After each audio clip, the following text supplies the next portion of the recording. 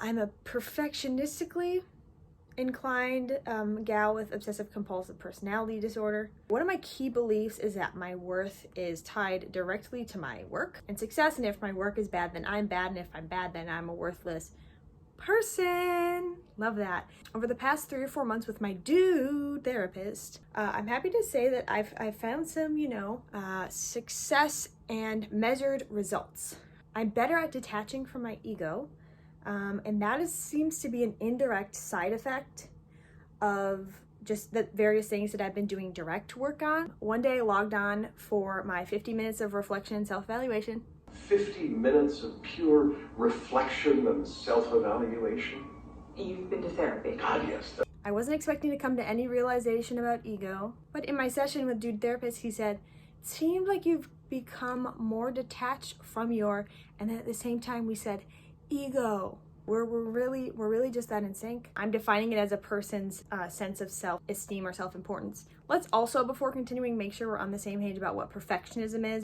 Language is a way to establish shared meaning, and so we're going to do that right now. As perfectionism researcher T.S. Greenspan notes, perfectionism in psychological terms, unless one is perfect, one is worthless as a person. So unless you or your work meets predefined standards, then you're worthless. Perfectionism is not the same as high standards, and it's not the same as being high achieving. You can be high achieving without being a perfectionist, and you can be a perfectionist without actually being high achieving. All right, during the 50 minutes of reflection and self-evaluation, I found that it wasn't necessarily perfectionism as the thing I needed throughout my life that I was clinging to. It was a protection of my ego. And perfectionism was one mechanism that I could use to try to control what others thought of me, which would help protect my ego. I apparently had a very fragile self-worth, self-esteem, that I was going to need something as unsustainable and unproductive and even deadly as perfectionism to be able to try to curb that, to be able to maintain it, rather. So I thought, like, way subconsciously, if I was always perfect, then my ego could never be touched. And so my perfectionism was like the bars around my ego. I can't get in there, can't touch it.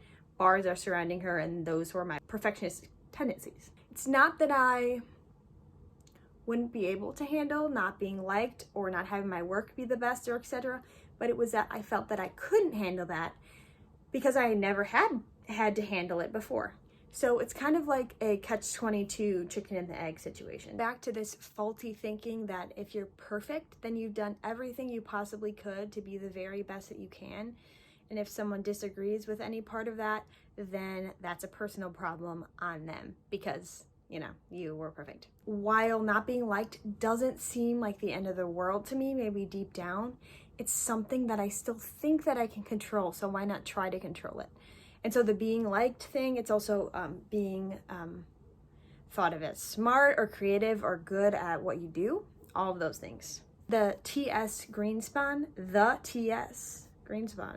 he said, that researcher, he said the perfectionist's main objective is to serve their ego. They're motivated by the desire to be valued, accepted, and loved by virtue of their accomplishments. What a cool discovery that I made, right? It's important that if you make the discoveries about yourself to challenge those beliefs that you've had underlying. And so I like to write and or establish new beliefs or resurface ones that I may have previously had that have been perhaps overgrown by others. They've been taken over. A new, I forget the word, non-native species has been planted and they've taken over the native one, or something, whatever. Here are some examples. I want you to try these out as a perfectionist and see how well they sit with you. I also want to note that while I was researching for this video, I looked in my saved items on Instagram, and one thing that I found was that a lot of these things that I've been talking about are also really tied to high functioning anxiety. So if that resonates with you as well, I hope these talkbacks and rewritten beliefs will help. This one's a classic. I've talked about it so much before, but my worth is not my work. I carefully curate how I spend my emotional energy. Perfectionism is not the same as excellence, nor success, nor good. It is the same as procrastination and self-entrapment. In the long run, the chronic pain of perfectionism will hurt me much more than the occasional bruised ego I may experience if something is not perfect. I'm not here for people to like me. I get paid either way, whether you do a really crappy job or you take a long ass time doing something or a short time, you get paid the same. Probably heard this before. You can only control what you can control. You can't control what you can't control. So for a normal person, that seems like a relief. Like, oh, nice, I'll just take care of the things that like I have control over. But as a perfectionist, that's a challenge. You've just challenged me to try to control things that I can't control. Watch me try to control these things, because I bet I can. But I think the quote and why I included it is, think as if you are a more normal mind in this way. Normal as in perhaps better operating and least perfectionistic, therefore least procrastinatastic. You know, that sounds cool. Pretend you're a normal person with this and try to feel that relief. Oh, I can't control that. Huh. You know, I think that's why I included it. Because yes, it does seem like a challenge to us.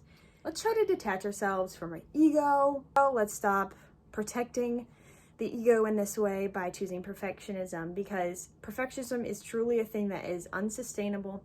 It's emotionally damaging and exhausting. And of course, a close cousin of the depressive cycle. But I think the more you can figure out these underlying beliefs, such as mine about the marriage of ego and perfectionism in my head and heart, the more we can try to avoid the depressive cycle, or perhaps make it less